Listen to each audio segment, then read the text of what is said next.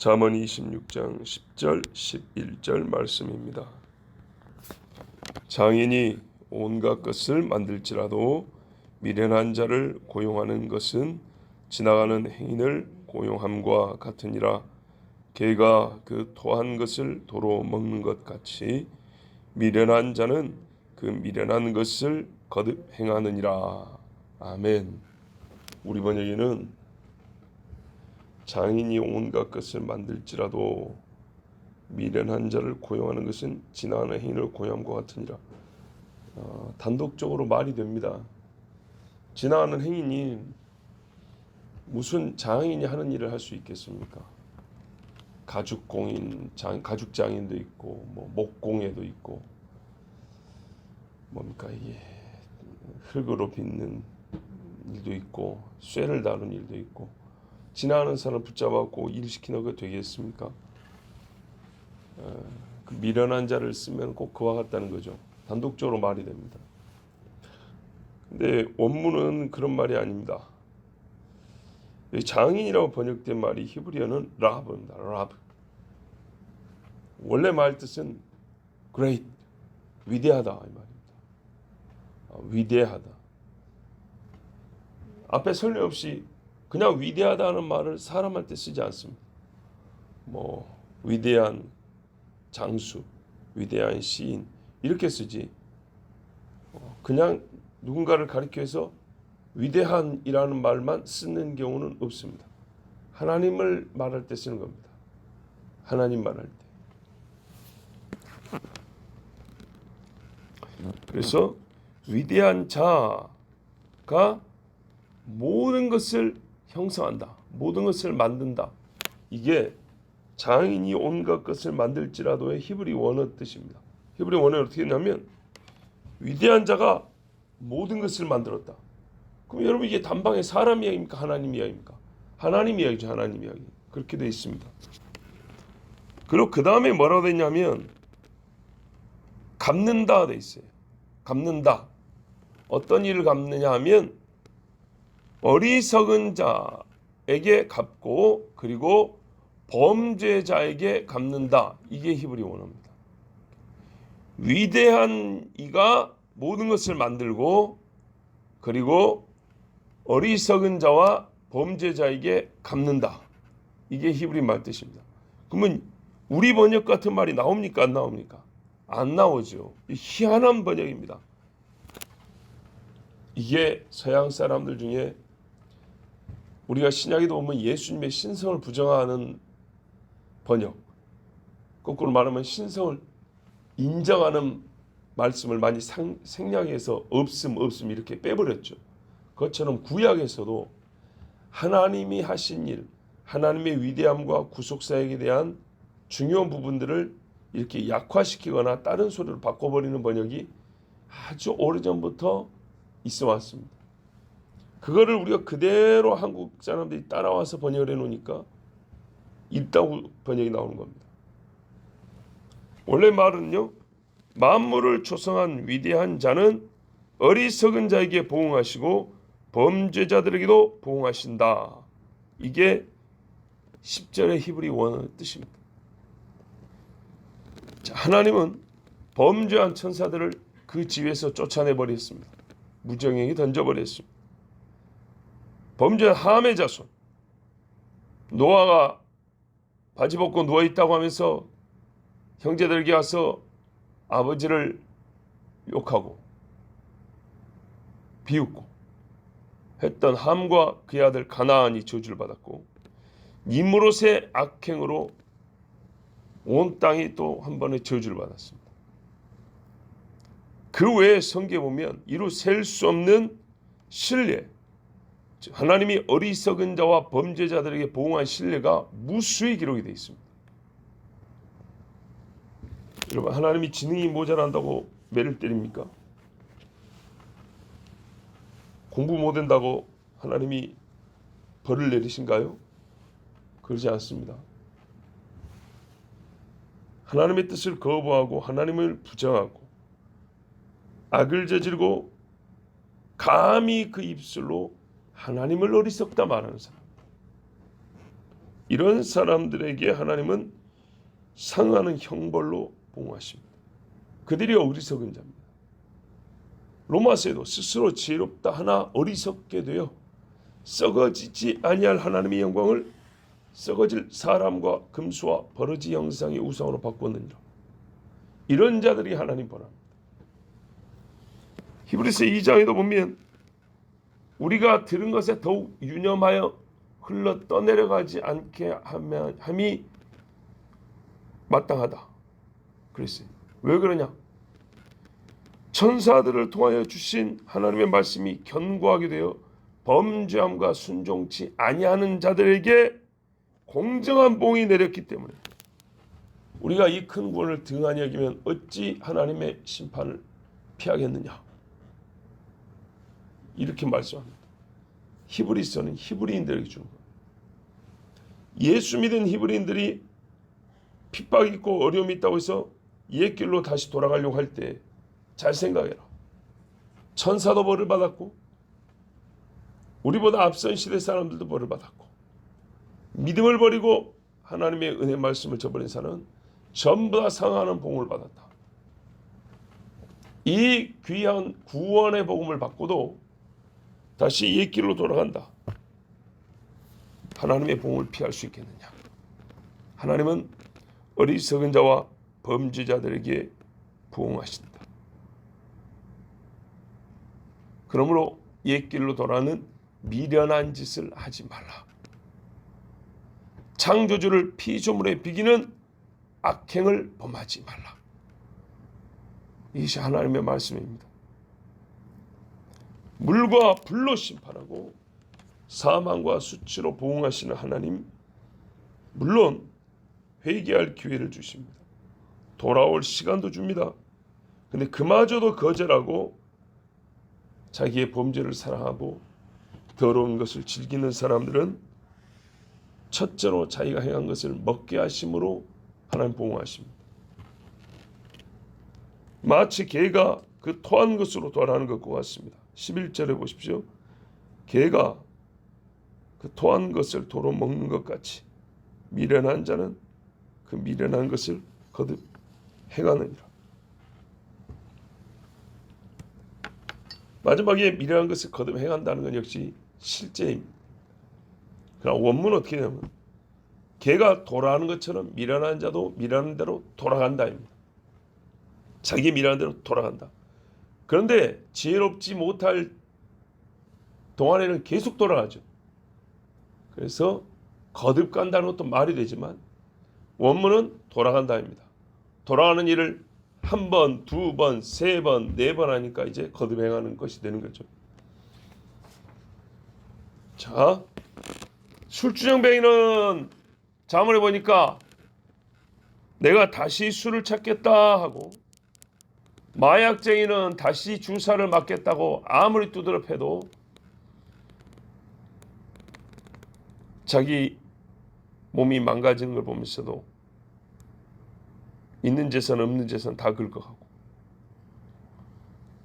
음행하는 자는 또 어두운 골목과 음침한 방으로 들어갔고, 노름꾼은 빚을 내서 담배 냄새 자욱한 굴로 들어갑니다. 거기서 벗어나지 못하고요, 술로 폐인이 되고 마약으로 지옥을 보면서 숨이 끊어집니다. 눈에 지옥이 보입니다. 음행으로 가족이 고기를 돌리고 떠나버리고 부끄러워합니다. 노름에 다 재산을 날려버렸으니 옛날을 그리워하면서 길거리의 추움과 더러움과 두려움에 던져집니다. 베드로후서 2장 20절에서 22절에 만일 그들이 우리 주 되신 구주 예수 그리스도를 알므로 세상의 더러움을 피한 후에 다시 그 중에 얽매이고 치면 그 나중 형편이 처음보다 더 심하리니 의의 도를 안 후에 받은 거룩한 명령을 저버리는 것보다 알지 못하는 것이 도리어 그들에게 나으니라. 참된 속담에 이르기를 개가 그 토하였던 것에 돌아가고 돼지가 씻었다가 더러운 구덩이에 도로 누웠다 하는 말이 그들에게 응하였도다. 아멘. 술, 마약, 음행, 도박 같은 짓뿐만 아니라 도둑질 같은 것도, 그보다 더한 것은 베드로가 말한 것처럼 구주 예수 그리스도를 알므로 세상의 더러움을 피한 후에 다시 그 중에 얽매이고 져버리면 그 형편이 나중에 더 심하다. 귀신이 나갔는데도 하나님 앞에 완전히 그 영혼을 의탁하지 않으면 더 강한 놈들이 들어오고, 병이 나았는데도 하나님 앞에 깨끗함과 감사함으로 살지 않으면 더 심한 것이 들지 않도록 예수님이 분명히 너는 기도하라 그랬어요. 그런데 더 심한 것이 들어서 다시 상하게 되고요. 우리가 국가와 신앙의 문제에 있어서 주님 앞에 나오지 않으면 훨씬 더 큰 문제가 생긴다고 경고하고 있는데, 이게 스케일이요, 개인이 아니라 국가적 차원에서 눈에 확 보입니다. 교회가 개혁된 공식적으로 첫 번째 나라가 독일입니다. 루터가 독일 사람입니다. 루터는 독일어로 성경을 번역을 했습니다. 로마 카톨릭 사람이 라틴어로 알아듣도 못한 말로 지기들끼리만 중얼중얼 하고 있는데, 일반 사람들이 예적부터 다 번역해서 자기 나라 말을 읽었단 말이에요. 그거 못 읽게 하려고 잡아 죽이고 태우고 별짓을 다 하니까 루터는 자국민들에게 당시만 하더라도 독일은 선진국이 아닙니다. 1500년대의 독일은 선진국이 아닙니다. 유럽에서 독일이 힘께나 쓰는 나라가 된 것은 1800년대 이후입니다. 그러니까 참으로 약하고 못 배운 사람들에게 그래도 쉬운 우리말로 번역한다고 독일어로 번역해가지고 알렸던 사람, 교리문답 만들어서 가르쳤던 사람이 루터입니다. 공식적으로 교회가 새로워진 것은 독일이고 독일어권입니다. 그런데요, 자유주의 신학이 태동하고 역시 공식적으로 기수가 된, 그때부터 지금까지 자유주의 신학의 기수가 된 나라 선두주자는 역시 독일입니다. 왜요? 그랬기 때문입니다. 구주 예수 그리스도를 알므로 세상의 더러움을 피하며 다시 돌아간 겁니다. 그 중에 얽매이고 지면, 뭐요? 세상의 더러움에 얽매이고 지면, 대표적으로 1차 대전을 일으킨 나라가 독일입니다. 여러분, 교회를 개혁하고 신앙을 개혁한 나라가 어떻게 수천만의 피를 흘리는 것을 아무렇지도 않게 생각하고 그것을 일으킨 주동자, 주범이 될 수 있단 말입니까? 신앙이 있는 나라가. 왜 그렇죠? 로마 카톨릭을 수장으로 삼았기 때문입니다. 교회가 개혁한 그곳이 아니라 개혁을 해왔던, 일으켰던 그 더러운 구정물로 다시 돌아왔기 때문에 신앙이 더러워지니까 피바람이 부는 겁니다. 영국 교회 청교도 신앙이 시작된 곳 아닙니까? 한편으로 청교도 신앙이 왜 시작됐습니까? 이 피의 멜이라고 로마 카톨릭을 국교로 삼켰던 이 여자 때문에 그 이후로 영국 교회가 분열됐지요. 깨끗하게 신앙을 지켰던 사람들이 쫓겨나고, 그래도 한동안 명맥이 유지됐어요.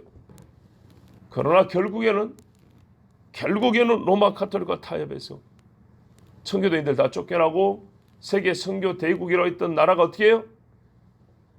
가장 잘 알려진 유럽 교회 폐망 사례가 영국입니다. 왜냐하면 선교 대국이라고 했으니까. 교회가 카페로 바뀌었네, 박물관으로 바뀌었네, 학원으로 바뀌었네, 개인 주택으로 바뀌었네, 이슬람에게 뺏겼네, 이런 소리가 제일 많이 들은 데가 영국입니다.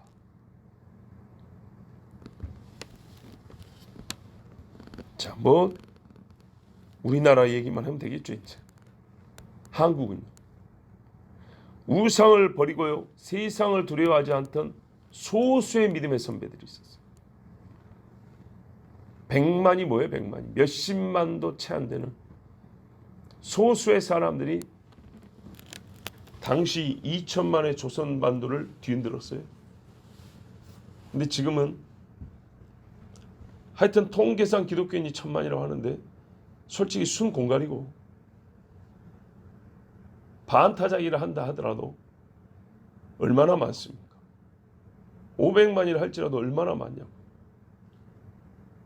그 10분의 1도 안 된 사람들, 그 사람들이 지금 인구의 반인 나라를 뒤흔들었는데 그때보다 10배 이상 많은 사람이 있는데도 불구하고, 적어도 교회를 다니는데도 불구하고 온갖 더러운 것들이 가득가득합니다. 사람들은 그렇게 말하죠. 몇몇 목사들의 타락과 범죄 때문이라고. 몇몇. 근데 그 말을 그대로 보더라도 얼마나 무서운 일인가 보세요. 목회자가 몇 명만 타락해도 이 지경이 됩니다. 그런데 실상은 그렇지 않죠. 몇 명의 목회자가 아니라 수많은 목회자가 타락을 한 것이고, 본받아서 또는 처음부터 제대로 변화되지도 않은 사람을 교회에서 신자요, 목회자요, 중직자요, 일꾼이요 그렇게 높여주고 칭찬해주면서 범죄자가 가득한 교회로 만들었죠. 저희 시골 교회만 하더라도 굉장히 안타까운 일이 있다 하지 않았습니까? 20년쯤 더 전에 시골 교회에 반주자도 없고, 90년대에 되면서 90년대 중반 이후 하면서 시골 교회는요 사람이 없어요. 애들 다 고등학교부터 나가버리면 없어요. 사람. 반주할 사람도 없고 찬양팀도 없고, 물론 찬양팀이라는 개념은 그전에도 없었죠. 성가대도. 하여튼 굉장히 어려워졌어요. 그런데 그때 마침 2000년대가 되죠. IMF 이후에 90년대 말이니까요. 귀향하는 청년들이 좀 있었어요. 20대 말에서 30대 중반까지. 많으면 40대 초반까지. 어린애를 데리고 온 사람들이나 아직 결혼 안 한 사람들이 다시 돌아온 사람들이 있었고, 몇 년 또 좀 이렇게 숨이 왁작지껄했어요. 아마 다른 데도 비슷했을 겁니다. 그때 목회자들이 좋잖아요. 그 젊은이들을 붙잡아가지고 교회 데리고 와서 바로 어떻게 했냐, 교회에 정착시키려고 찬양팀을 조직했는데, 쉽게 말하면 교회 밴드지 그냥 찬양팀이 아니고요.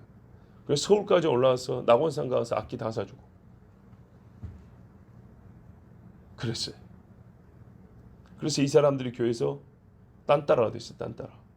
그리고 2년 3년 하고 재미 붙여갖고 하다가 신앙은 죄송합니다 전혀 들어가지 않고, 그래서 시간이 지나니까 어떻게 해요? 예배 시간에 연주만 하고 가버리는 거예요. 근데 그러면 안 된다고 가르쳐야겠죠. 근데 사람이 아쉬우니까, 또 목사는 사람이 좋아야 되니까 그런 말은 못하고 있다가 또 때가 되니까, 나이가 벌써 몇 전에 40 됐으니까요. 안수 집사 주고 이랬더니 어떻게 되냐. 젊은이들 중에 몇 사람이 이제 돈벌이가 안 되니까 다시 교회를 떠나고 도시로 나갑니다. 신앙이 없던 사람들이니까 같이 놀던 짝꿍이 없으면 교회 안 나오겠죠. 그리고 한 10년 가까이 어떻게 됩니까? 안수 집사가 주일날 아침 나와서 기타 한번 치고 나갑니다. 밖에 나와서 술 장사합니다. 바닷가에서. 헌금도 안 합니다.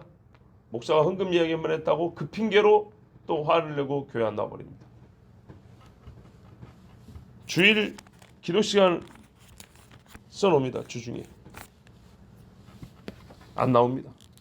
평상시에 와가지고는 시끌벅적하게 막 농담도 하고 옆에 사람을 잡담한다고 성가대로 앉은데, 교회 와가지고 기도 안 하고 옆에 사람을 잡담하는 게 예배 전에 하는 일입니다.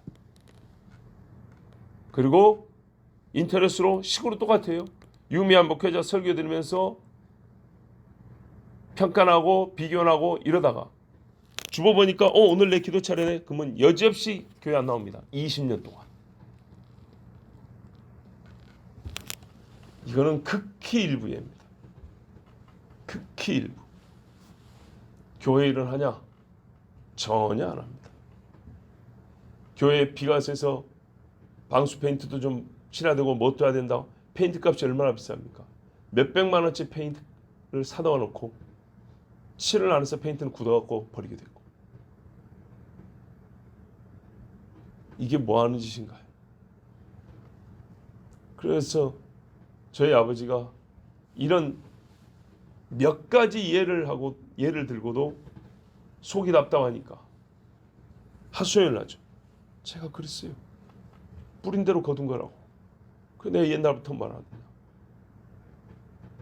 세상에서 감투도 함부로 씌워주는 것이 아닌데 누가 직분을 그렇게 남발을 하고 신앙도 없는 사람들에게 막 치켜세워서 일꾼이라고 하고 그렇게 막 소란스럽게 하더니 누가 봐도 신앙이 없는데 누가 봐도 옛길을 그대로 걷고 있는데 그 사람들 재미 떨어지니까 교회에서 70 넘은 저희 아버지가 지금도 신경을 써야 돼요.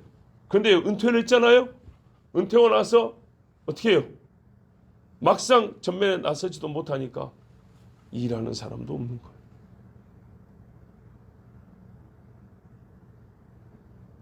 얼마나 정말 안타까운 지경이 되어버렸습니다.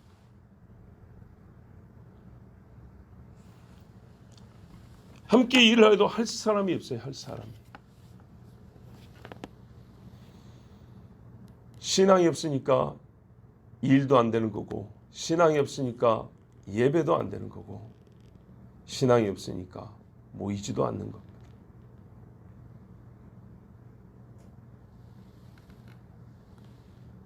그러니까 어떻게 해요? 교회에서도 사람 잃을까 봐 분명히 죄를 지었는데도 아무 소리를 못하고 넘어가니까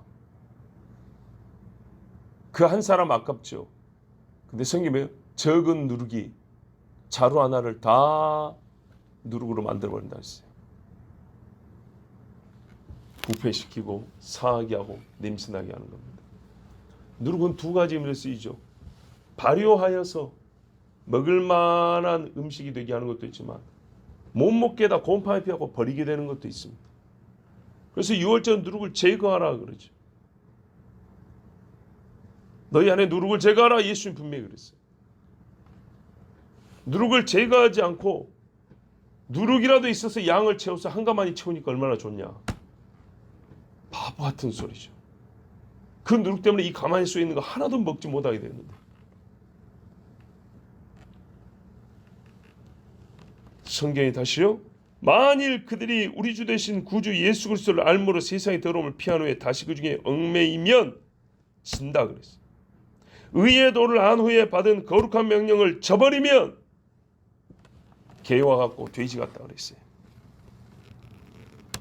성경을 얻고 그리스도의 교회가 흥왕했던 역사를 가진 나라가 하나님을 대적하는 법과 문화를 자랑하는 땅이 되었을 때 그 나라와 그 나라 사람들을 개 아니면 무엇에 비유를 할까요? 개는 의지적으로 법을 만들진 않아요. 돼지는 의지적으로 하나님을 거역하는 문화라는 걸 만들지 않아요. 그냥 본능적으로 놀고 싶어서 뒹굴 뿐이죠. 새벽 기도 시간이니까 기도에 대해서만 한 말씀 더 드릴게요. 사무엘이 그랬어요. 나는 이스라엘을 위하여 기도하는 것을 쉬는 죄를 범하지 않겠다. 이 말을 듣고 잠시 부끄러운 신용만 내고 기도하지 않는다면 하나님 앞에 기도한 나라가 살고 내가 기도해서 하나님 앞에 은혜를 받던 걸 알면서도 그런 성경에서 기도를 쉬는 게 죄라는 것까지 알면서도 예수님이 십자가를 질 때 1시간만 때가 때이니만큼 1시간만 깨어서 기도하자. 그 정말 예수님이 부르짖는 것 같은 그 목소리를 듣고서도 어찌 그리 이유가 많은지 그 1시간을 저버릴 이유가 많은지 그렇게 핑계하고 옛적과 똑같이 좀 더 눕자 자자 하면 그 사람의 마음, 그 사람의 행위를 무엇에 비유하는 것이 맞겠습니까? 어떤 인물에 비유하는 것이 맞겠습니까? 인물로 하지 않으면 사울이요. 무엇이라고 할 것 같으면 개요. 말씀이 그럽니다. 개가 그 토한 것을 도로 먹는 것 같이 미련한 자는 그 미련한 대로 다시 돌아간다. 내 영혼이 사는 길을 분명히 알고 영혼이 시들시들해지는 길도 분명히 확인해 보았는데도 불구하고 죽어가는 길로만 간다. 한번 몸이 아프면 절대로 그 병이 안 걸리고 그 상태로 빠지지 않기 위해서 온갖 약을 먹고 몸 관리를 하기 위해서 철저하게 하면서도 또 한편으로는 하나님이 영혼이 중요하다고 그렇게 말하면서도 영혼을 위하여는 아무것도 하지 않냐고, 영혼을 위하여 1차적으로 교회라는 이 모임과 이 공동체가 존재한다는 것을 알면서도 영혼을 위하여 필요한 것은 육을 위하여 필요한 데 쓰는 돈의 반을 쓰는 것도 아까워하고 시간의 반을 쓰는 것도 괴로워하고, 그러면 그 사람을 사람으로 비유하자면 성경이 어떤 인물이라 말할 것 같으면, 하나님이 비유한 짐승에 비유할 것 같으면 뭐에 비유하겠습니까? 성경이 훌륭한 사람은 다윗에 비교한다 그랬고 지혜로운 자는 개미에 비유한다 했습니다. 하나님 앞에 우리는 넉넉한 말씀을 들었습니다. 부족함 없는 체험이 있습니다. 스스로 깨달은 것과 말씀을 통해서 배운 것이 넘쳐납니다. 항상 성경에는 생사의 길이 우리 앞에 놓여 있다. 신명기에 삶과 죽음과 축복과 저주의 길이 놓여 있다 했습니다. 난생 처음이 아니라 수없이 반복된 기회를 우리가 지금까지 살아있다면 계속 기회를 얻고 있는 겁니다. 그렇다면 지금 오늘이라도 오실 수 있는 신랑 앞에 기름과 등불을 준비하여 지혜롭다 인정함을 받는 하나님의 자녀들이 되어야겠습니다. 기도하겠습니다. 하나님 아버지, 오늘 금요 기도회를 앞두고 또 내일 저 귀한 자들을 앞에 가서 그리스도 예수의 복음을 전함을 앞두고 이 나라 교회가 옛적 더러운 대로 돌아갔기 때문에 나라의 한복판 중심지에서 더러운 일이 버젓이 발생하게 된 것을 바로 우리 책임으로 여기고 이 새벽에 나온 우리가 먼저 회개하고 먼저 기도하려고 합니다. 짧은 시간이지만은 불을 끄고 우리가 기도할 때 진실한 회개를 주시고 진정으로 옛적 선한 길로 돌아갈 뿐 옛날의 죄와 어둠의 길로 돌아가지 않도록 다시 우리를 새롭게 하여 주시고 우리 발걸음을 붙잡아 끌어 주시옵소서. 주님 앞에 기도해 왔습니다. 더러운 자들에게 벼락이 떨어지고 땅이 진동하고 하늘의 우레소리와 하나님의 징조로 그들이 두려움에 떨기를, 믿음의 사람들의 기도로 이 땅 사람들의 영혼이 깨어나기를. 아버지, 내일이 전쟁하는 날입니다. 우리에게 셈을 주시고 우리 영혼에 담력을 주시고 입술에 지혜와 진리를 담아 주시옵소서. 예수 그리스도의 이름으로 기도하옵나이다. 아멘.